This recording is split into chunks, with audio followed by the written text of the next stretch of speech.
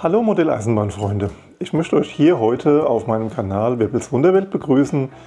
Ich habe euch heute 3 Themen mitgebracht. Zum einen die Programmierung dieser Anlage bzw. die Steuerung dieser Anlage mit Wing Digipad. Zum zweiten, was gibt es Neues? Und das dritte Thema ist wie immer am Schluss noch ein kleiner Fahrvideo. Zum Thema Anlagensteuerung. Bei einer Anlage dieser Größenordnung mit sehr vielen verdeckten Schattenbahnhöfen bzw. der Vitrine, die sich außerhalb des Raumes befindet, lässt sich diese Anlage ohne PC-Unterstützung überhaupt nicht mehr steuern. Das heißt, ich habe zusätzlich zu der Control Station CS1 Reloaded von Märklin noch einmal einen PC. Dieser PC wird mit der Software WinDigipad betrieben, mit der 2021er Version, und von hier aus werden dann alle Züge bewegt. Das Ganze dann komplett computerunterstützt und man schickt einfach die Züge auf die Reise und die kommen dann irgendwann wieder in ihrem Heimatgleis an. Heute möchte ich mich einmal dem Thema Anlagensteuerung widmen. Die Anlage besitzt zurzeit 3 Bahnhöfe, ein Industriegebiet, ein Bahnbetriebswerk, 5 Schattenbahnhöfe und eine Vitrine mit 5 funktionsfähigen Ebenen. Zur Steuerung gehören 130 Weichen mit Antrieben und 51 real vorhandene Signale. Damit die Steuerung nachverfolgen kann, was auf der Anlage los ist, sind 576 Rückmeldekontakte als Gleisbesetzmelder verbaut.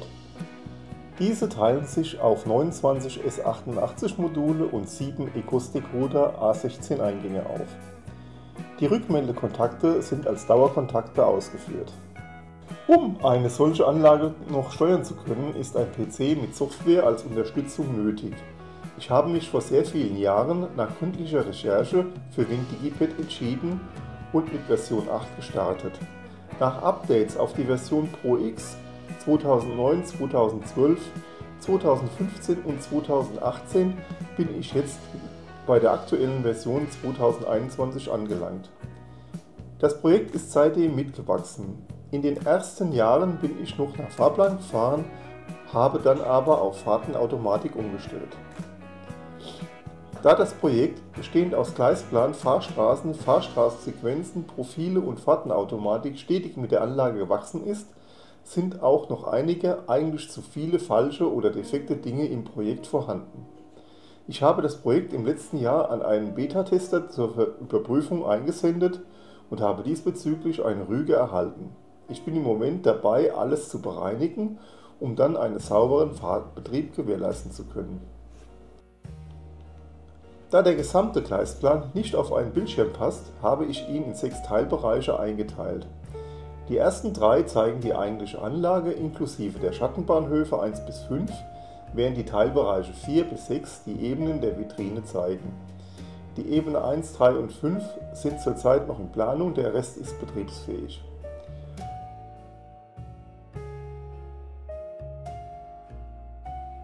Um den Überblick nicht zu verlieren, habe ich den Gesamtplan noch einmal in ein CAD-System übertragen und auf ein DIN A1-Blatt ausgedruckt. Dabei sind alle Fahrzeuganzeiger mit ihren Namen und ihren Rückmeldenummern beschriftet.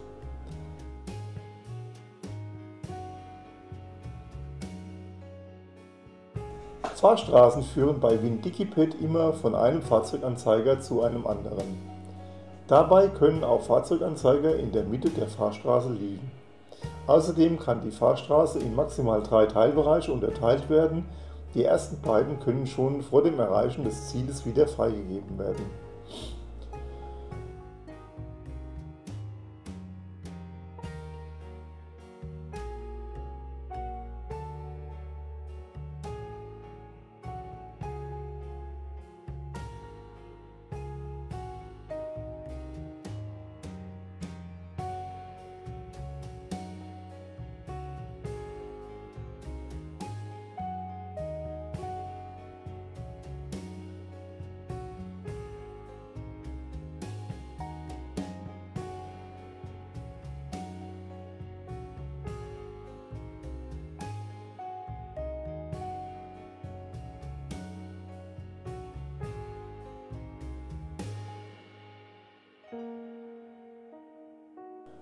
Sind die Fahrzeuganzeiger als intelligente Fahrzeuganzeiger eingestellt, das heißt, es ist hinterlegt, wie lang die einzelnen Rückmeldekontakte sind, wo das Signal steht und wo der Bahnsteig beginnt und endet, können die Fahrzeuganzeiger unterschiedlich genutzt werden.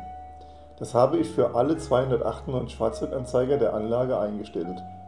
Somit kann man das Verhalten des Zuges am Zielanzeiger unterschiedlich einstellen. Zum Beispiel ist es möglich, am Signal am Ende oder in der Mitte des Bahnsteiges zu halten. Damit kann man die gleiche Fahrstraße mehrfach für unterschiedliche Zugtypen anlegen.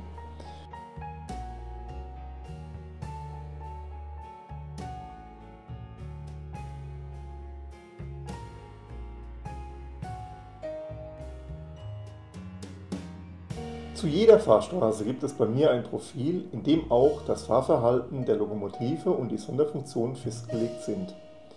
Theoretisch kann man die Fahrstraße auch ohne Profil nutzen. Für jede Fahrstraße sind bis zu 3 Profile möglich.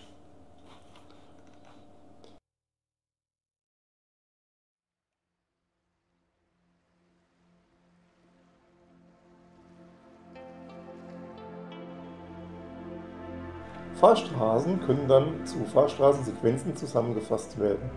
Diese starten dann in einem Fahrzeuganzeiger und führen zu einem Zielfahrzeuganzeiger.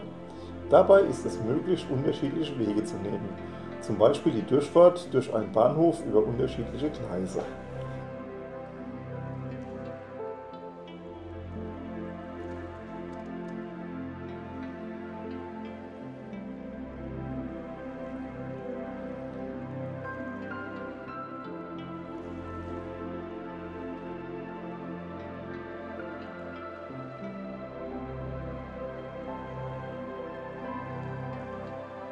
Am Beginn der Programmierung habe ich alle möglichen Fahrzeuganzeiger für den Start oder das Ziel genutzt.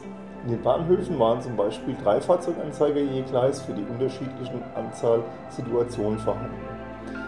Das habe ich dank der intelligenten Fahrzeuganzeiger auf je einen reduziert. Mittlerweile habe ich die Start- und Zielfahrzeuganzeiger auf einige Hauptknotenpunkte reduziert. Dies sind zum Beispiel die Zufahrten zu den Bahnhöfen bzw. Schattenbahnhöfe. Die Fahrzeuganzeiger dazwischen dienen dazu, um mehrere Fahrzeuge gleichzeitig in einer Fahrstraßensequenz zu erlauben und trotzdem den Blockabstand zu gewährleisten oder um einen Halt im Bahnhof einzulegen. In dem CAD-Plan sind diese durch ihre rote Umrandung zu erkennen. In der Fahrtenautomatik befinden sich nur diese Fahrstraßensequenzen und die Fahrstraßen innerhalb der Schattenbahnhöfe. Jeder Zug besitzt bei mir ein Heimatgleis in einem Schattenbahnhof. Durch Betätigen des Signals an der Ausfahrt des Schattenbahnhofes startet der Zug seine Reise über die Anlage und kehrt am Schluss in sein Heimatgleis zurück. Sind in dem Gleis mehrere Plätze hintereinander vorgesehen, wie es zum Beispiel in der Vitrine der Fall ist, ziehen die hinteren Fahrzeuge automatisch um einen Platz nach vorne. Als ich diese Form der Programmierung umgesetzt habe, habe ich in jeder Zeile der Fahrtenautomatik eingetragen, welche Lokomotive dies benutzen durfte. Dies war sehr aufwendig und führte bei kleinen Änderungen zu großem Aufwand. Dr. Peterlin hat mir bei einem Gespräch dazu geraten, mehr mit der Matrix zu arbeiten. Die Matrix ist in der Systemsteuerung hinterlegt und hat insgesamt 4 Spalten mit je 10 Zeilen. Bei den beiden ersten Spalten Fahrzeugtyp und Zugtyp können nur die Einträge geändert werden. Bei den beiden letzten Spalten Länge und Epoche können auch die Überschriften verändert werden. Die beiden letzten Spalten stehen sowohl bei den Fahrzeugen als auch bei den Zügen zur Verfügung, während die beiden ersten Spalten nur in den Fahrzeugen oder Zügen zur Verfügung stehen. Während man bei den ersten 3 Spalten immer nur eine Zeile im Fahrzeug oder Zug wählen kann, sind bei der letzten Spalte Mehrfachauswahl gleichzeitig möglich. Ich habe mir die beiden letzten Spalten wie folgt geändert. Die dritte Spalte heißt nun Schattenbahnhof schräger Gleis. Die Einträge sind dann kein Schattenbahnhof, Schattenbahnhof 45 schräger Gleis 0, Schattenbahnhof S61 schräger Gleis 1 bis Schattenbahnhof S75 schräger Gleis 8. Hierbei ist bei S61 der Schattenbahnhof 6 die Vitrine gemeint und mit 1 die Ebene 1. Der Eintrag vor dem Schrägstrich betrifft das Fahrzeug und der Eintrag nach dem Schrägstrich den Zug. Hat zum Beispiel ein Zug sein Heimatgleis in der Ebene 7 der Vitrine und dort auf Gleis 3, muss im Fahrzeug des Zuges S67-4 und im Zug selbst S65-3 angegeben sein. Die vierte Spalte habe ich in Fahrverhalten umbenannt. Die Einträge hier sind Industriegebiet IG, Bahnbetriebswerk BW und Gleiswende GW, mit jeweils zu und ab. Der Bypass, die Verbindung VB von rechts nach links RL, von links nach rechts LR, die Schattenbahnhöfe mit B1 bis B3 als 3-Bit verschlüsselt, der Hauptbahnhof HBF, der Bahnhof Bergdorf PB, wieder mit von rechts nach links und links nach rechts und der Bahnhof Schwarzwalddorf mit ab und auf. Auch hier gilt wieder, was vor dem Schrägstrich steht, im Fahrzeug hinter dem Schrägstrich im Zug. Die Fahrstraßen- und Fahrstraßensequenzen innerhalb der Fahrtenautomatik haben nun in den Bedingungen immer eine Matrixkombination aus und, oder und Nicht-Funktion, die es so nur einmal gibt. Somit kann man relativ einfach mit diesen Einstellungen den Zug eine bestimmte Reihenfolge, wie er sich über die Anlage bewegen soll, vorgeben und auch ändern, ohne in jeden einzelnen Datensatz hineingehen zu müssen. Hier sind jetzt ein paar Beispiele, wie die Matrix bei den Beispielzügen eingestellt sind. Als nächstes zeige ich noch, wie diese Züge sich über die Anlage bewegen und wie man diese am PC nachverfolgen kann. Die Baureihe 44 in Doppeltraktion fährt nach der Matrix vom Schattenbahnhof 1 kommend über die Paradestrecke am Bahnbetriebswerk durch den Bahnhof ohne Halt zur Gleiswende. Über diese dann zurück zum Schattenbahnhof 1 Gleis 8. Die E03 fährt nach der Matrix vom Schattenbahnhof 1 kommend über die Paradestrecke am Industriegebiet durch den Bahnhof mit Halt zur Gleiswende. Über diese dann zurück zum Schattenbahnhof 1 Gleis 2.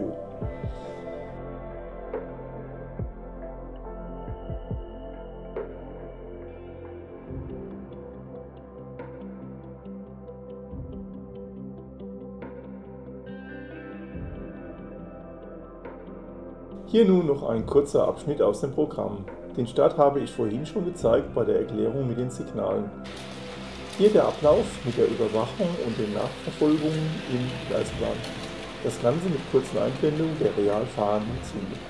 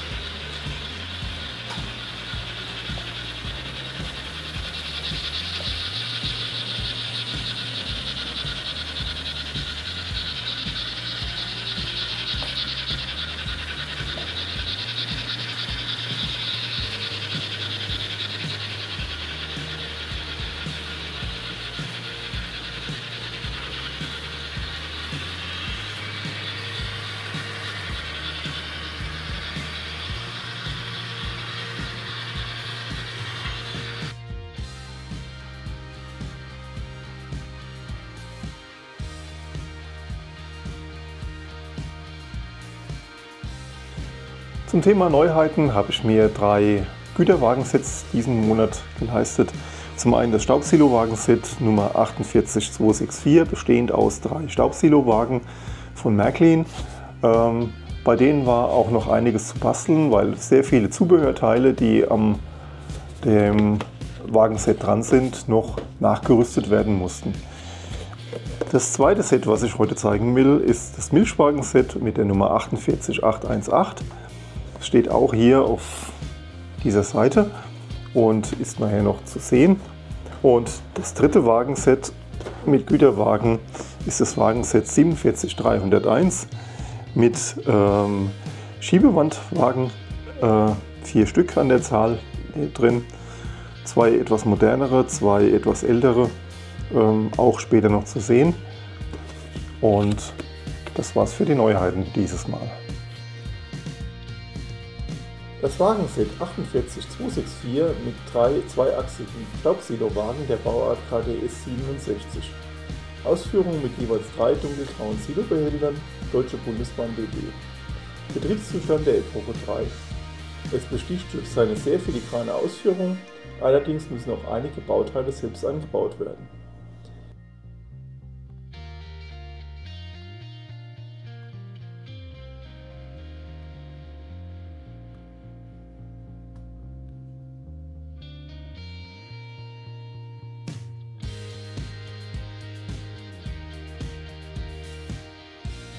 Das Wagenset 48818 Milchwagen besteht aus 2 Milchwagen Anfang der Epoche 3, deswegen auch noch die Beschriftung mit DR.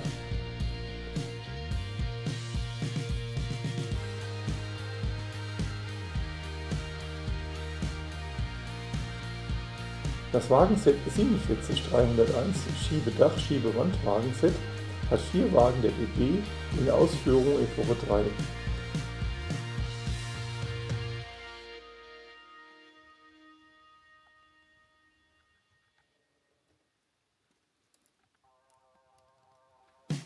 Die Dächer der Wagen lassen sich öffnen.